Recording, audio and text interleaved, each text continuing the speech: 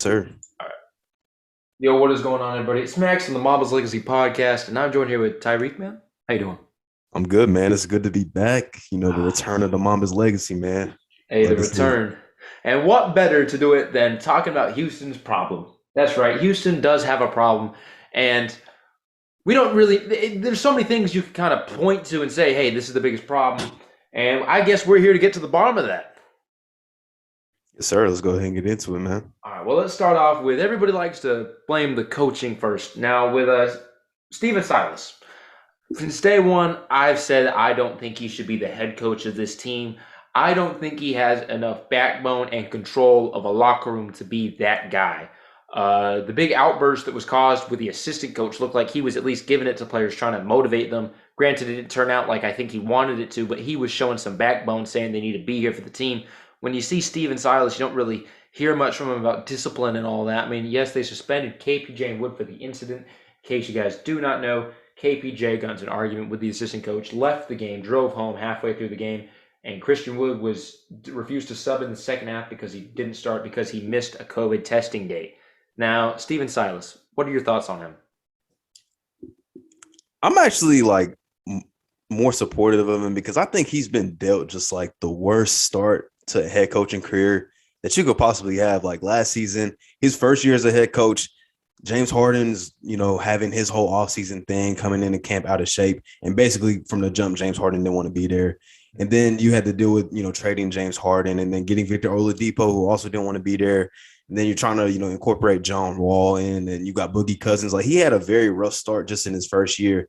And I think with this team, it's a lot of young personalities, and there's not really that much leadership on the team. I mean, you do got like an Eric Gordon who's a vet, but other than that, like you don't really have that much leadership on the squad. And we've seen KPJ have incidents before where he kind of blew up in the locker room and stuff like that. So it's kind of tough for me to say if he can control a locker room with guys in it that are already like known for having some issues in the locker room. Now, the Christian Wood thing did surprise me because he just seemed like a dude that was always on his, on his toes, like just always making good decisions. And obviously missing the COVID test is something you can't be doing right now. Mm-hmm. And I think like he's probably going to get moved eventually, but now it's like we see like, man, KBJ might get moved and this and that. It's tough for Steven Silas, man. I think Rocket fans should be a little patient. You guys are not really that much talented of a team, anyways. So just be a little patient. Like you guys aren't supposed to be in the play-in or anything. Just be patient. Hopefully we'll just let to see like young guys grow. If KBJ is still there, allow Jalen Green to continue to do his thing, and Şengün and all those guys. I think pump the brakes. I think Steven Silas can still be a good coach in this league. So I will agree with you. I do think he was dealt the worst hands to go into and all the problems that with his first season. So I gave him a pass. That first year, they were a train wreck, 20 straight games. Again, I don't think you should be doing that as a head coach and still having a job. But I gave him a pass. COVID and the worst dealt you could have. Harden doesn't want to be there. Drama already. Trying to get people in and out the lineups because of all the trades. I gave him a pass. But just for me personally, I haven't seen heart from him. Granted, I think he can be a great coach. I just don't think it's with this squad. I think that he'd be better off being an assistant coach on another really good team. I know he was with the Mavericks for a while, if I'm not mistaken. I think he should go to somewhere else right now, be an assistant coach, and then eventually take another head coaching opportunity. I just don't think that the Rockets are the squad for him. Do you agree with any of that, or? Yeah, I think the Rockets, they need a guy that's just like that would be able to deal with young talent. Like Mm, I always thought somebody like Kenny Atkinson would be really good for this mm, job because he's just somebody that knows how to deal with young talent, and he's good at like developing players. And we see the Magic head coach Jamal Mosley doing the same thing. Like he's really good at developing young players. I think they need somebody like that, man. I think Steven Silas he's been around the league for a long time, and I think he'd be more ready to deal with some veterans and maybe some young guys. mm. Luca vouched for Steven Silas. Like Luca really loved him, on their coaching staff and stuff. And he was a big part on why the Mavs were like, I think in 2019 they were like one of the best offenses ever, and he was a big part of that. So I do agree, man. The writing might be on the wall. Like this might be his last season with everything that's going on, but I hope he gets another opportunity if this is his end of the road in Houston. No, I do 100% he deserves another opportunity. He could even deserve another head coaching job. It's just, I think for a team that's got a lot of locker room presence, not the good presence though, but a lot of emotions, I think they need an established head coach. Now, Steven is an established assistant coach. I don't think he's an established head coach yet. And you need a voice like that for young players who are, making rookie mistakes. I mean, KP's not KPJ and Wood aren't rookies, but they're making rookie mistakes right now. They need a established voice in that locker room. And I don't believe Silas is the guy for this job. I believe he can get a job on 60% of other teams right now. He could even get head coaching jobs. I just don't think it's the Houston Rockets. Now, Christian Wood. So, Christian Wood, I don't think he's going to resign here. He has one more year left on his contract, and wherever he goes, he's going to have to pay him a lot more than what the Rockets paid him to get him here. So, that kind of takes a little bit down on his trade value. Now, rumor has it the Rockets are trying to ship him.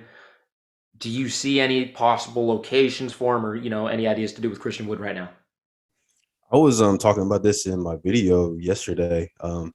I think like any team that could use just an extra like big should definitely be calling the Rockets phone because he has a very like friendly contract. I think it's only like 14 million a year, if I'm not mistaken. Like it's a pretty friendly deal that's not, too big to trade for.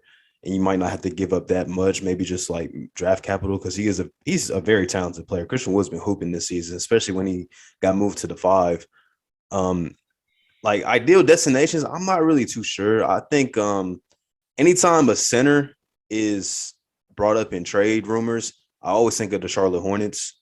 They could use a big man desperately, and I think Christian Wood would fit in perfectly in that system. I think another team that's kind of been on a nice little streak lately, the Toronto Raptors, could use a big. Fred VanVleet's been killing. I think he could use somebody, like Christian Wood, who can rebound, stretch the floor, and you can also run a little bit of offense through.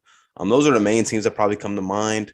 I'm sure there's probably more. Who do you think would be some good destinations? Because I'm having a hard time thinking of that many teams, but I think a lot of teams could use a Christian Wood. I believe that Philadelphia should be ringing the phone. Tobias Harris, I think you could even maybe push him at the small forward, run a tall lineup, have Christian Wood at the power forward. Get Ben Simmons to Houston. He'd be the perfect fit alongside Green. I think you throw in KPJ in this deal, try and get him out, because I do believe that he's detrimental to a locker room. And I don't think he's the right guy to have Mm. in a rebuilding, area. Cavs made the right decision getting rid of him, and now the Rockets need to do that too.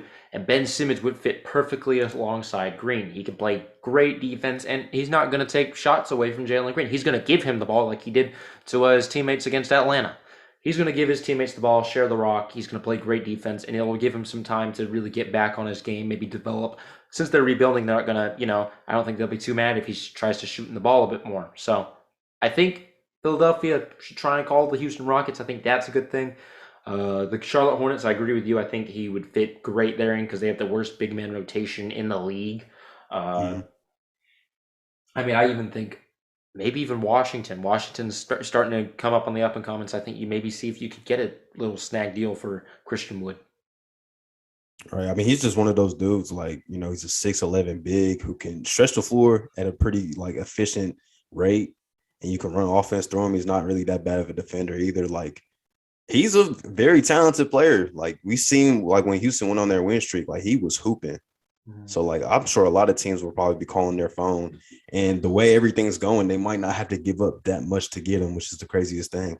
Well, no, I don't think you have to give up much because, like I just said, they're going to have to pay him a lot more than what he's getting paid right now at the end of next season. So you kind of got to wonder, are we just going to use this guy for what? We're going to use this guy as a playoff push, a Right. championship push. I don't think he's going to be a long-term piece for, a contending team. Exactly. If like it's crazy because he went to Houston thinking I'm about to be playing with James Harden, John Wall. Mm-hmm. Like, I'm about to be playing with these guys. We're about to be making, a playoff push.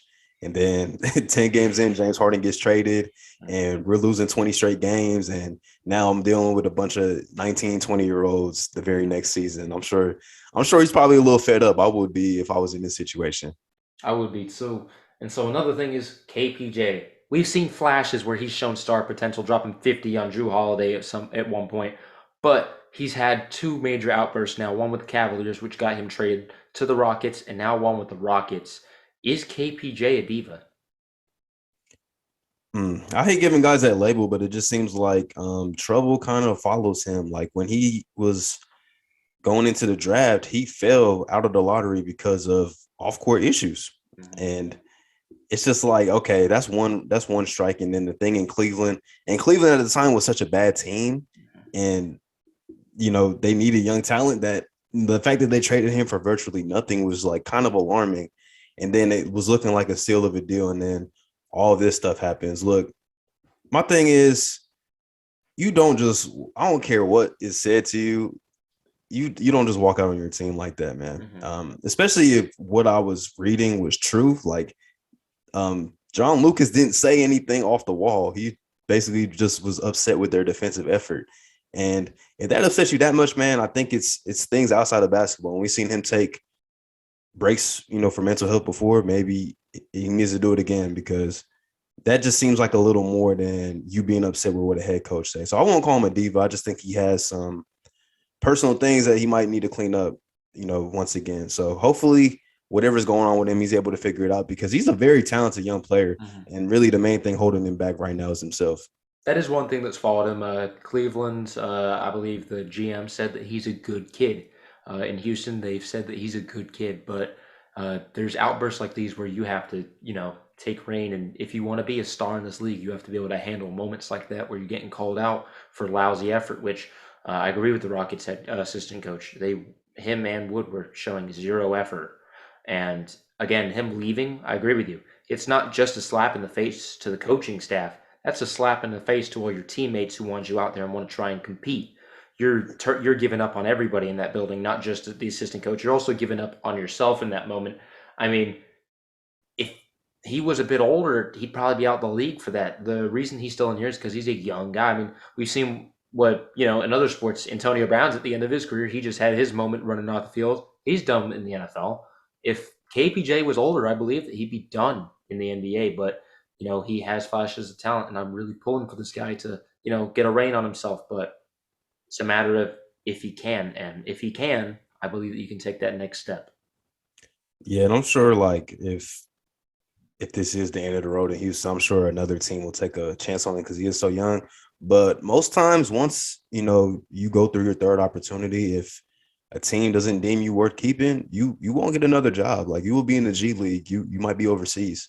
Yeah. We've seen top end picks be in the G League in recent years, like Josh Jackson, just to name one of a few. We've seen a lot of guys take that path. So hopefully, if it's something more than basketball, hopefully he can figure it out. But if it's not, man, he just needs to, he just needs to tuck his tail, man, and hoop because he's a good young player and he just needs to continue to, go through the struggles of, growing as a young guy in the league.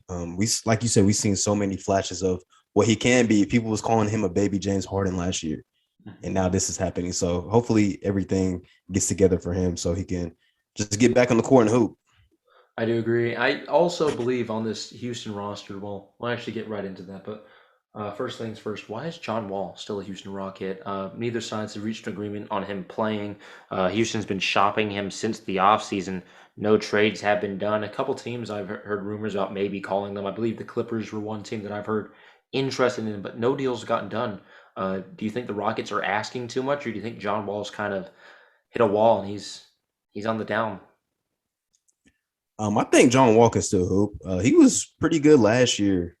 Like counting numbers were actually very good. Like 20 points, I think, 8 assists. And this is a dude that didn't play in like 2 years. Mm-hmm. And he came out hooping. The main thing that is an issue with trading him is he's making a lot of money. He's making like $40 million. Mm-hmm. And, you know, that's a lot of money to match. And that's a lot of money to be paying a dude that's probably not an all-star anymore, but is still a quality player. That I think that's the tough part. I just would hope that they could reach a buyout agreement, but that takes two sides to be able to agree on that.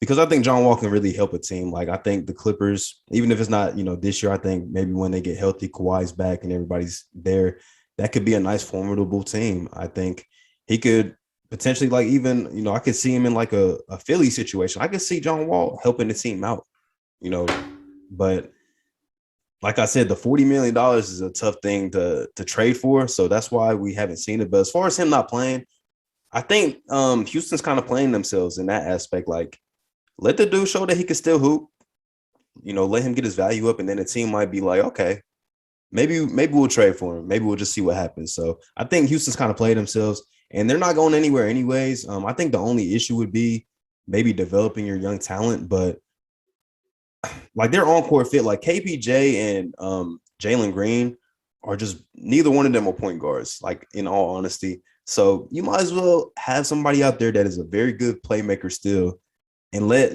their young players feed off of John Wall. And I think it can elevate Jalen Green's game even more. And ultimately, Jalen Green is your building block. Like that is your piece, and you want to make it as easy for him as possible. So why not let John Wall play? I also believe if John Wall's playing, I don't think Wood and KPJ have those outbursts. I think John Wall has that presence to, hey, tuck your tail, let's get back out there, let's play. But unfortunately, they didn't have him out there, and you can kind of see the leadership on this team's falling apart. Eric Gordon is kind of the veteran guy on this team, but you don't hear too much about Eric Gordon trying to help out mentally this team. So that's why I kind of say everybody on this team that's not a rookie, I think you let them go. I think you try and trade everybody. I think you kind of shop the whole team, but Green and Sengun, I like them too. Yeah, Green Sangoon, Josh Christopher has had Mhm. some really good moments too. I haven't seen much from their other rookie that they drafted. His name's slipping my mind right now. Mhm.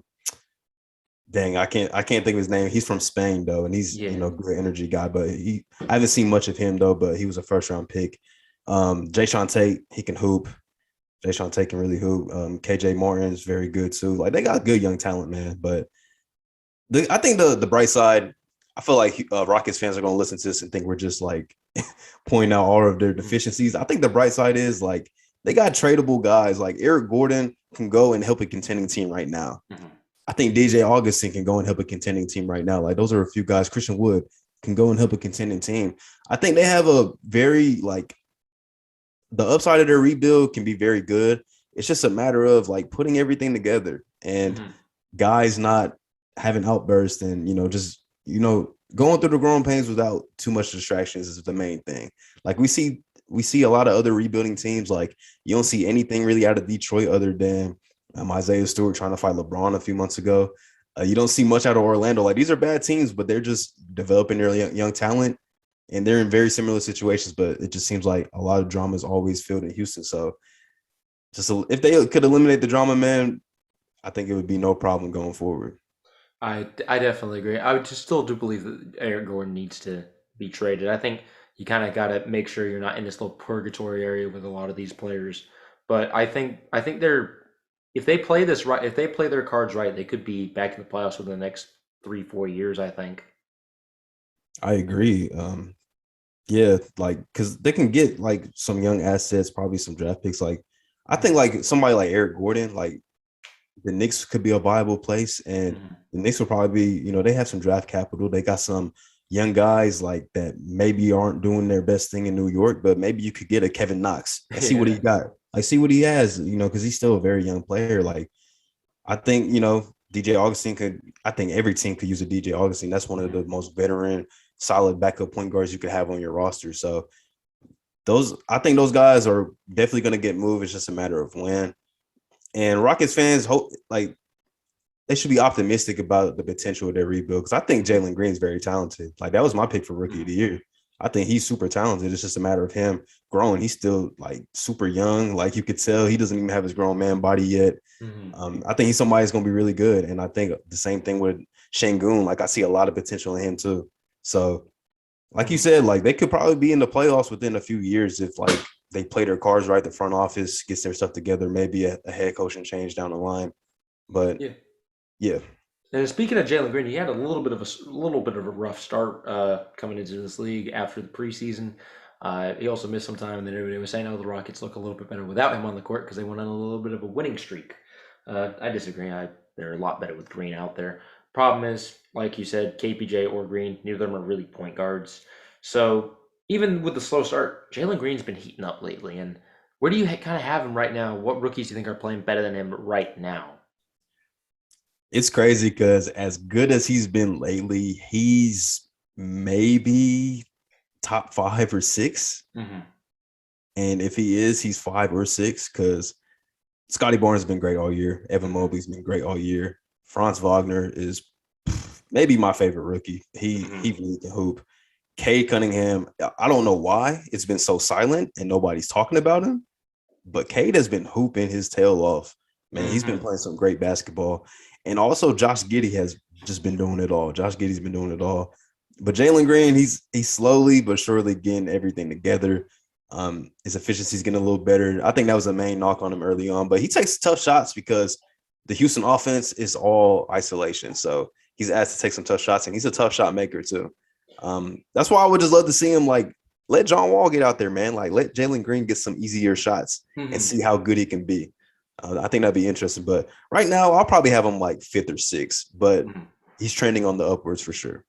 I do agree. I think he's like fifth or sixth. That's not a knock on him whatsoever. He's going up, and he might overtake a couple more of these spots. I do see him finishing maybe top three voting at the end of the year if he keeps going up like he is right now. But Jalen Green is really starting to win me over again. I didn't like him too much until now. Really, I can kind of see that he's the one out there trying to fight for the wins, and I'm excited to see what this kid can grow into, and I'm excited to see what Houston team can do in the near future. Let's jump into our last little thing here. What good things can you see Houston, really turning themselves into? What do you think the bright spots on this team really are? And, in the next couple of years, what do you kind of see this team doing? I think the positive is like you're not expected to be good, and Mhm. there's no problem with the rebuild. I tell people this all the time. Like it's good to be a rebuilding team, especially when you have a direction. I'm not sure if they have their draft pick this year. Mhm. That's actually a question mark. But if they do, or it might be like top three protected, and Mhm. if they do, like they could potentially get like a very great young player. Like this draft is very top heavy, like a Paolo Banchero out of Duke or a Chet Holmgren out of Gonzaga. Like that's the potential, man. And then you already have, I think, young building blocks, like we mentioned, Jalen Green, Josh Christopher, Shangoon. I think his name's Grandal. I'm gonna get his name down eventually, man. But they got young building blocks for sure. Jay Sean Tate, I think, is another good building piece, even though he's a little bit of an older, younger dude at the same time. They got young talent. I think that's the main thing that everybody around the Houston Rockets franchise should be looking forward about.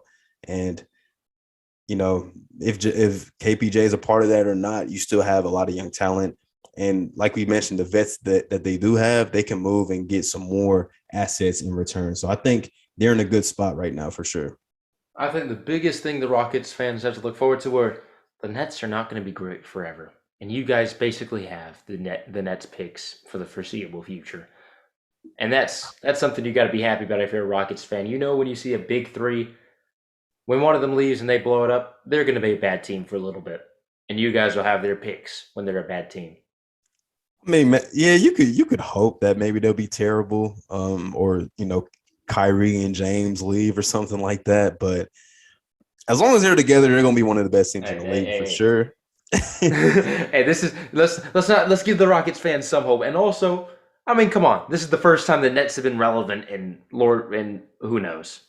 Yeah, like maybe like a little over half a decade for sure. But I Mhm. mean, even if the Nets are still great, nothing wrong with having a late first round pick to add to your lottery pick if you guys are still a lottery team. Like there's nothing wrong with that because we've seen a lot of guys drafted late first round, early second round that had turned out to be all stars. Even a second round dude like Jokic ended up being MVP. Mhm. So so the main thing is not only getting draft picks but making the most of your draft picks because we've seen a team like the Sacramento Kings miss time after time and having top 10 picks. So it's cool to have the draft pick, but you also got to hit on them too. That's where the front office comes into play. And this Rockets front office, I'm not too sold on them right now. They haven't really made amazing moves. They made good moves that look good on paper, but Hey, they got obviously, Sengun. yeah, like I think they drafted really well this past draft. Mhm. That's one thing that they've shown that they've done really well. I want to see how they handle this trade deadline coming up because they should be a team that should be selling. Because Mhm. I mean, those veterans, you have no use for them, man. You're just wasting away the last few good years they have left. So I want to see what they do this trade deadline. They kind of butchered the James Harden trade. That's why I'm not really a fan of them. Because you mentioned earlier Ben Simmons, they could have had Ben Simmons. Mhm. They could have had Ben Simmons, man. But I think they were asking, for extra guys in that trade, if I'm not mistaken. Which I mean, it is James Harden, but I think if you get Ben Simmons, it's way better than the return that you got, from the Nets, in my Well, opinion. they got a good return from the Nets. It's what they did after that that kind of confused me. They got some first round picks. They got Allen and Levert. And then they flipped Allen and Levert for Not much. And it's like, You yeah, flipped Levert for Oladipo, who didn't want to be there, and then Oladipo ended up being Avery Bradley and Kelly Olynyk. it's So like it's like they wanted to still be competitive, which I get trying to sell that to your fan base, but I also am a fan of just teams accepting that, look, we're not winning a championship. mhm. Let's just go ahead and hit the full reset. Like I'm waiting for the Pacers to just find, they said they're going to trade people. I'm waiting for them to finally do it because they're not a championship team. They're damn near not even a playoff team this year. So I'm waiting for them to, fully blow it up. I'm waiting for the Portland Trailblazers to do the same thing. Like it is okay to rebuild. Like I think people get the word rebuild, like it has a negative connotation. Sometimes, man, you got to start from the ground up because what you've done is good, but it's just not great enough to win a championship, which is the ultimate goal. So I think they were kind of in a weird spot. Like they wanted to still be a competitive team. The Rockets did. That's why they went and got Oladipo, and then they ended up being basically the worst team in basketball Mhm. still. Well, I'm glad you got Damian Lillard coming to the Lakers marked down on your calendar. That makes me a bit more happier. I actually don't because still don't know what the Lakers would trade because nobody Oh, we'll wants give you we'll give him THT in a first. man. let's not talk about THT right now. He had a good game last night though. I'll He give had him that. 19 last night, but He in did. all reality, Houston, you guys have a great future to look forward to. I mean, look how fast you could turn around. I mean, Oklahoma right now looks like a fun team. They're not winning great games, but they look like a good team in the future. Yeah, I So, mean, OKC's always they're like better than expected though, and I think that's what mhm. maybe that's what Rocket fans are looking at. Like, man, we're just as talented a roster, but they're better than us. So I It's think because you that's got the drama and then the veterans just kind of taking up space on that bench. Get some young guys in there, see what they can do. You know what the veterans are capable of. Get some young guys in there that you could potentially build around. Throw them into that lineup and have some fun with it. That's what the Oklahoma's been doing in their rebuilds. They have some fun with it, and it turns out pretty nice. I agree, man. Totally agree. So again, thank you for joining the podcast. Quickly plug your stuff. Let everybody know what you do. For sure, man. Thank you for having me. I talk basketball on YouTube, man. Reek Knows Hoops. The link should be in the description, man. Mhm. So go ahead, subscribe, man. It means a lot. Trying to get monetized this year. That's the main goal. So I appreciate all the support, man. And once again, Max, I appreciate y'all for having me on. It's always a pleasure. Love having you on, and we both got the same little goal right here. We're trying to get monetized this year, 2022. Let's get us monetized, guys. Go subscribe to his channel. He makes some great content, sometimes even a bit better than mine. So make sure you guys go check Reek out, man. Appreciate you coming on anytime, man. Yes, sir.